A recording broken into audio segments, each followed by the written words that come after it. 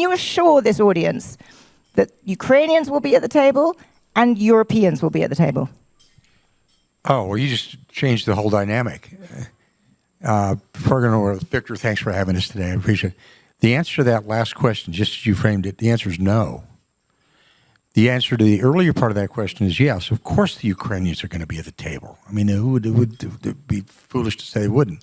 But when you say at the table, you have to define it. One of the things I'm driving towards is we've had a good, remember this war has been going on now, we're heading into the third year.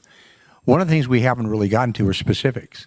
So the Europeans who have provided as much or more support than the Americans in this process, you don't think should be at the table directly. You think it should be two protagonists. I said I'm a school of realism. I think that's not going to happen. But I said that's one of the reasons I'm here talking to people. One of the reasons we're going out, we're doing it, to making sure that their positions are well known, that when we go into these positions, they're well stated. Now, that may be graded like fingers on a chalkboard. That may grade a little bit, but I'm telling you something that's really quite honest.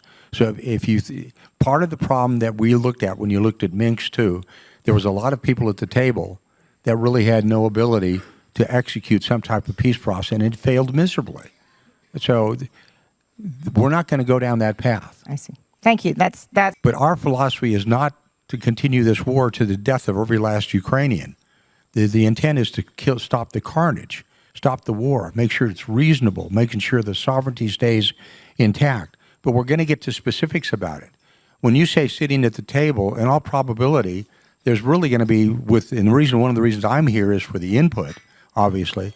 But when you sit at the table, there's two protagonists when you look at it, and there's one hopefully to be an intermediary. When you look at who are the protagonists and who's the intermediary? Well, I'm saying is it depends. Notice I'm being very diplomatic about it. I got my diplomatic hat, my passport in my pocket. The fact is, we're looking at, you can have the Ukrainians, the Russians, and clearly the Americans at the table talking, but we've got to have specifics to get to a point. But I'm driving towards very, very specifics, very, very hard data that we can say this is what it looks like. And then it's going to be up to the two belligerents that are fighting each other right now, the Ukrainians and the Russians. Is this acceptable? But there's no way, nobody would ever exclude, and nobody's even said that. I would challenge anybody in this room or anybody in the audience to say, when have we ever said that the Ukrainians would be excluded from any discussion? It's never been said. You know, President Trump's been very open about that. Respond. Do you respond by saying, that happens?